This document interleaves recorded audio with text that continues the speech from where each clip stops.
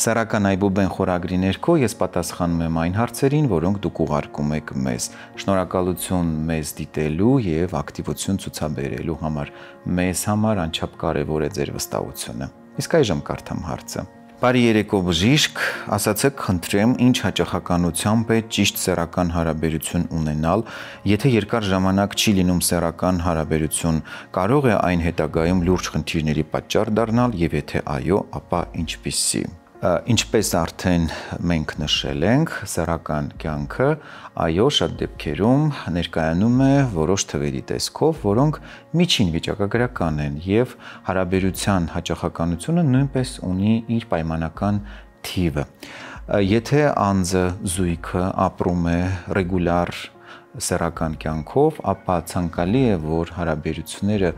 լինեն միջինում շաբաթվա ընթացքում 2-ից 3 անգամ, սակայն ընդգծում եմ, սա միջին թվաբանականն է, բոլորովին պարտավորեցնող չէ եւ կախված է մի շարք հանգամանքներից, օրինակ տարիքից,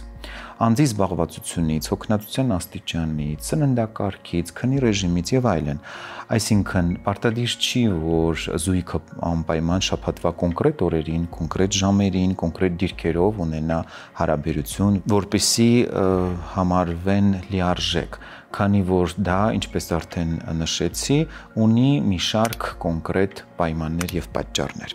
Եթե զույգը այնուամենայնիվ չի ապրում սեռական կյանքով կամ ուշուշ է ապրում, ապա թե տղամարդու, թե կնոջ մոտ կարող են առաջանալ տարբեր տեսակի խնդիրներ։ Առաջինը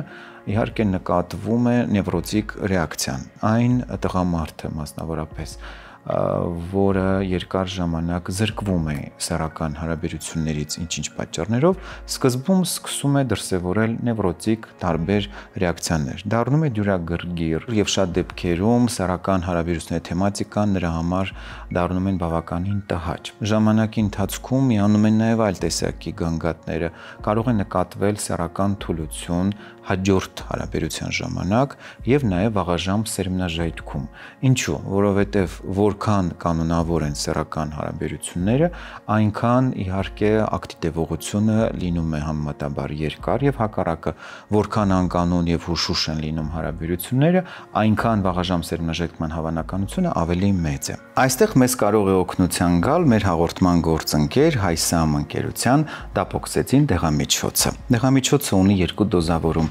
30 եւ 60։ 30-ը օգտագործվում է սկզբնական շրջանում, երբ խնդիրը այդքան էլ խորացված չէ, 60-ը արդեն օգտագործվում է խնդրի բավականին արտահայտված եւ խորացված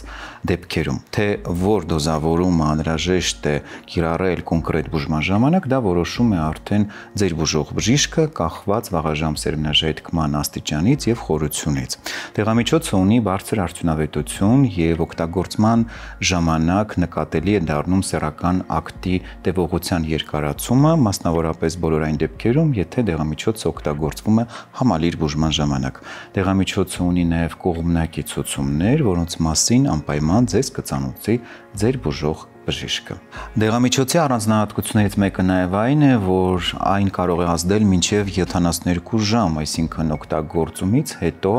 հարաբերությունը կարող է կրկնվել եւ ավելի զգալիորեն երկար ընթացք ունենալ դեղի ազդեցության պայմաններում, որը տևում է մինչև 72 ժամ։ Այսօրվա համար առանձնացրել էինք այս հարցը։ Իսկ դուք գրեք ձեզ հուզող հարցերը, բաժանորդագրվեք մեր ալիքին, սեղմեք զանգի կոճակը, որպեսզի տեղեկանաք հարցերի պատասխաններին։ Դիտեք մեզ, տարածեք մեր տեսանյութերը եւ շնորհակալություն մեզ վստահելու համար։ Մեզ համար անչափ կարեւոր է դա։ Մենք խոսում ենք այն ամենի մասին, ինչի մասին դուք ուզում եք լսել։